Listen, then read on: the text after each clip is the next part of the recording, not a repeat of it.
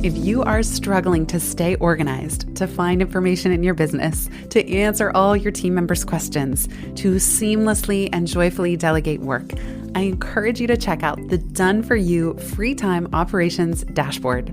This is an exact replica of what I've discovered over 2 years of building out business systems through Notion, the software that powers my entire business and delightfully tiny team, that has eliminated the need for docs, sheets, Airtables, Evernote, Asana, you name it, it's all together in one place, and I have built this for you.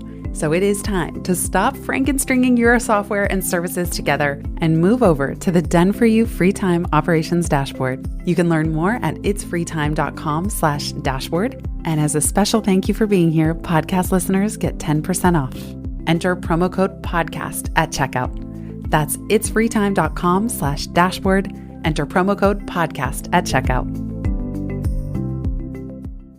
The easy no's are obvious. Those are things you already know how to say no to.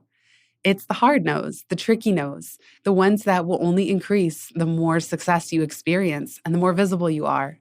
So how can we get better at delivering the hard no's? This is your time. How can we earn twice as much in half the time with joy and ease while serving the highest good? That is our guiding question here at the Free Time Cafe, your home for heart-based business. I'm your host, Jenny Blake. Join me for conversations with authors, friends, and fellow business owners as we explore ways to free your mind, time, and team to do your best work. Now, on to today's show. It's time to talk about a perpetually tricky topic here at Free Time HQ, and that is saying no. Not just saying no to the easy stuff, the obvious stuff, saying no to the tricky requests.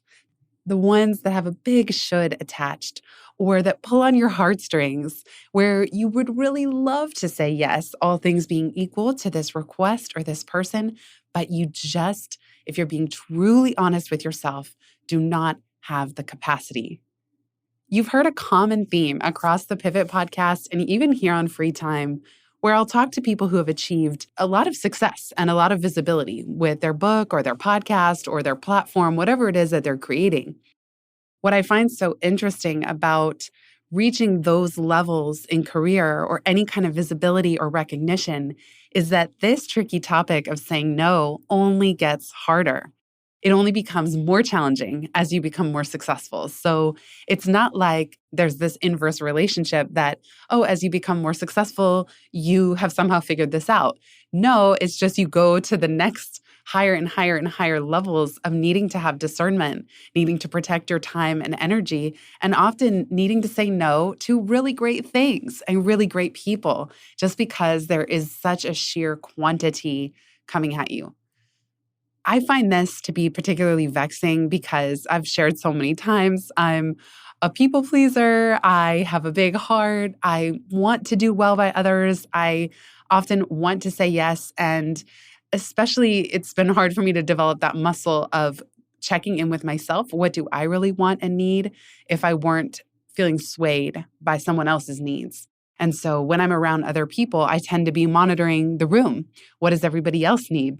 What does everybody else want? And then when there's room, I'll check in with myself. Now, I'm not saying this is a good habit. It just is a habit of mine that I have to actively work to turn around and to actively check in with myself. What are my needs before I'm run down? Just before the holidays, I had 2 weeks, not back to back. 1 week where the couch swallowed me whole again. I was really teetering on the edge of burnout. And yes, I know that there are specific rules that define burnout. And that's how I was feeling.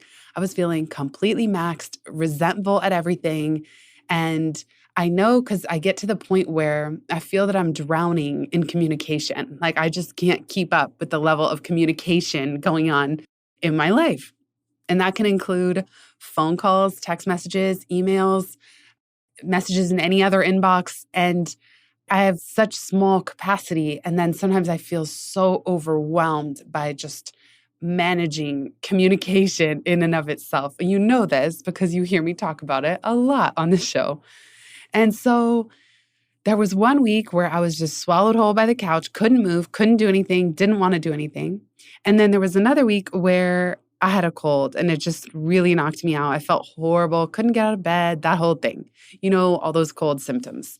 And in New York, it was getting cold. The weather tends to do that. Being smashed at the subway with a bunch of people tends to do that. I had hosted a get together at our house for a bunch of my husband's jujitsu friends. Who knows? Might have caught something there from, being crammed into our apartment with so many people.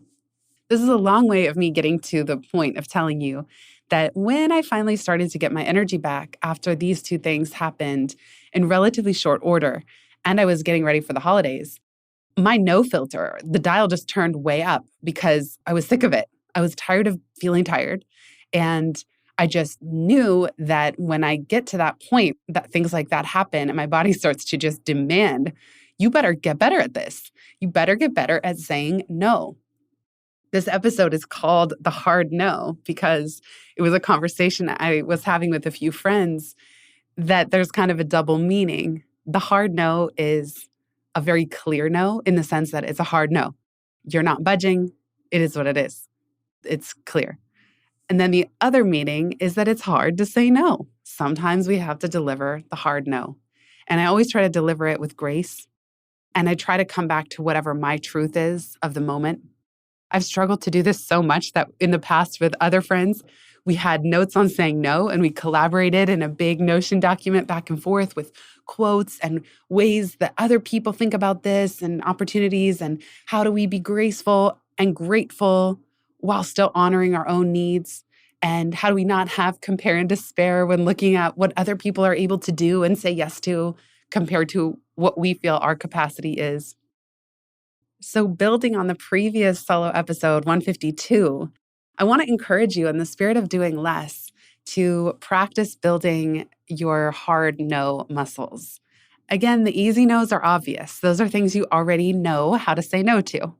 It's the hard no's, the tricky no's, the ones that will only increase the more success you experience and the more visible you are. So how can we get better at delivering the hard no's? Of course, as always, I would love to hear from you because I don't consider myself an expert at this. I just consider myself somebody with a front row seat to how challenging this is in my own life and work. One thing that I talk about in free time is that sometimes indecision is its own decision. So by the time you're debating, it's probably a no. You just don't want to admit it. I even talk about this in Pivot, where I talk about separating decisions from difficult conversations. So this theme has come up in both books. Sometimes we think we don't know. Let's say you're invited to attend an event and you go, I don't know, do I want to go? And you start waffling. In actuality, your decision, if you would separate it from difficult conversation, is that you don't want to go. But you're afraid to say that. You're afraid to say no. So it almost feels like you're not sure if you want to go. But by the time you're debating it, it's probably a no. So I just want to say that if you feel indecisive about something, check in. Is it really indecision, or is it more of a hesitation that you don't want to disappoint somebody else? We'll be right back just after this.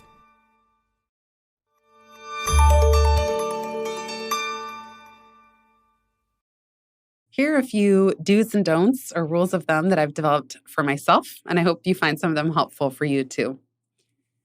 Do, ask, is my focus done?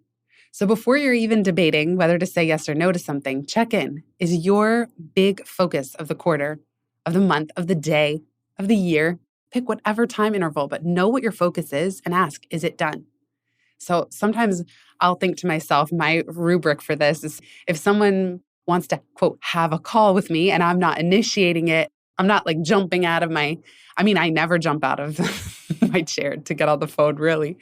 But I think to myself, am I caught up with grandma?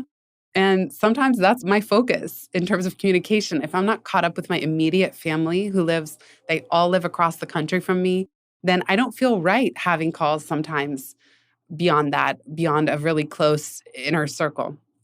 So just number one, do, ask, is your focus done? Number two, maybe you want to create a blanket rule. So Jim Collins, Tim Ferriss often talks about this. He will quote Jim Collins, who I think is quoting Peter Drucker, saying, "Don't make 100 decisions when one will do." For example, a while ago, I stopped saying yes to summits. Things happen online where there's a trend, and then all of a sudden, everybody jumps on the trend. Everybody's doing the same thing, and it just becomes really a drag. And I found that when I would say yes to an online summit, a million more emails would follow, like all the logistics, all the social sharing. Can you send this? Now, can you send this? Just checking in. Have you sent this?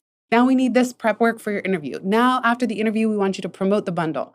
And oh my goodness, the one little yes is not just for an interview, it's not just an hour of my time, it's the email clutter that ensues. So now I have a blanket rule. I don't do online summits. And that means it's really easy to know what to say yes and no to, because that's just going to be a no. And I'm sorry. Sometimes good ones are going to fall through the cracks in this case, but it works better overall. Online summits are not a part of my business objectives. And so it works better for me to have a blanket rule. I don't do these. The third do, celebrate space. As Oprah says, celebrate what you want to see more of. But truly, celebrate when you are able to create and leave open space for yourself. That is an accomplishment. Don't feel obligated to fill something in that time just because somebody else asked for it. The fourth do, trust in timing. Trust in your unique body compass, your intuition that's telling you it's either a quick and excited and enthusiastic yes, or it's probably a no. Trust yourself. Don't doubt yourself. What if you double down on your intuition and trust in the timing that even if you say no now, if you're really meant to connect with this person or this opportunity, that there might be a better timing that's more in flow later down the road. Now for a few don'ts. Do not say no by punting something to your future self. What I mean by this is resist the urge to let someone down easy by saying, "Oh, I'm so sorry. I'm really focused on client work at the moment, but feel free to circle back next month and we can get something on the books." In that case, you've just punted something to your future self who might not be very happy with you if this is not something you wanted to do in the first place.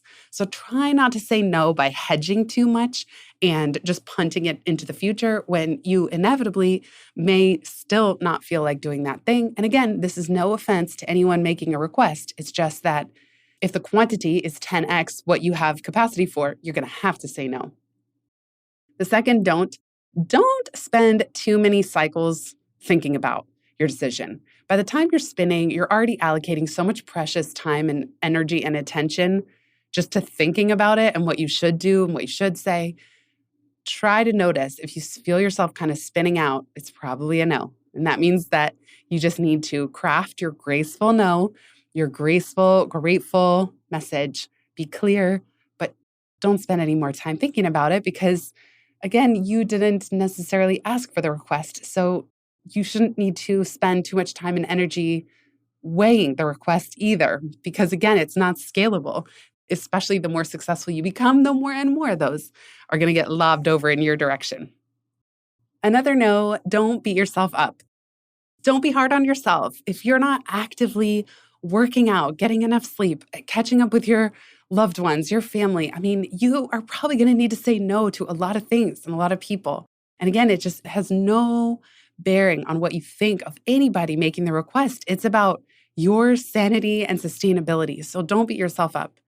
And the final don't cave to FOMO, the fear of missing out. As a friend said to me once many years ago, when I was overwhelmed by networking requests, basically, I don't know how else to say it. This was like 10 years ago. And I was getting so many like, can I pick your brain? Or you want to have coffee, but what does you want to have coffee really mean? It means I want to pick your brain in some cases. And she said, you know what? You got to just give a blanket no. And then I think at that time, I was just so worried that I would let a good person go. I would miss out on connecting with someone, but I didn't know how to sort it all out. And she just said, you know what? You might. You might miss out on a few good opportunities here and there, but that will be worth it for the calm that you're able to create by overall having a blanket rule of saying no. So try not to have FOMO. Know that, yes, a few good things may slip through the cracks, but it's not going to be the end of the world because you know what you're focused on. So I encourage you to choose one thing that you need to say a hard no to and craft a graceful message. Take all the time you need. You might even want to sleep on it. But find your truth, your kernel of truth, craft a graceful no, your reply, and then even save it so that you have something to turn to in the future when you feel weighed down by the emotion of it and you just want to go look at something you've already started, like a no that you've already crafted. I'll say that I never like to lie. I don't like white lies. I don't like lies in general. So I don't say, oh, I'm sick if I don't mean it. I will just be really honest. I'll say, I'm just coming off of 2 back-to-back colds and I'm really trying to leave space open. Or, sorry, I don't do those types of calls anymore because I'm really trying to leave my calendar free in 2023. So I try to find the kernel of truth that is true, that really puts it on me, that has nothing to do with the request or the person. It's just how it fits into what my focus is and what my needs are in that moment. It's not easy. Does it get any easier? I don't know. Sometimes I have no momentum. Actually, I mean that in both senses of the word. Sometimes I get on a roll and I say no to a bunch of things at once. That's no momentum. And sometimes I have no momentum. I still struggle with this. With that, I hereby give you permission to disappoint people. Remember that you're doing it in service of being and expressing your best self. So while you might be disappointing someone else in the moment, maybe even in a smaller way than you anticipate, I'll link to an episode on spaghetti throwers versus spaghetti twirlers in the comments. It's also been referred to as ask versus guess culture. Maybe they were just flinging spaghetti your direction and they're not even bothered. They might be inspired by your reply. So even when you think you're disappointing people, remind yourself that it's in service of you being your best self and expressing your best self. Thank you so much for listening. Have a beautiful rest of your day. And I'm sending good thoughts for any hard no's that you need to send this week. If you've listened this far, you get a gold star. Thank you. Word of mouth is the most joyful way we can grow this show, and it helps us land interviews with the luminaries and insightful guests that you would most love to hear from. Please send this episode to a friend who might find it helpful. And for show notes and related links from this episode, visit itsfreetime.com. While you're there, make sure you're subscribed to the Time Well Spent newsletter. You'll get instant access to my tech toolkit, a continually updated list of all the software I use, along with the total monthly spend to run my business, where no one works full-time, even me. Visit itsfreetime.com/join. Remember, you are running the show. It's time for radical reimagining, and everything is up for grabs. Let it be easy, let it be fun, and build with love.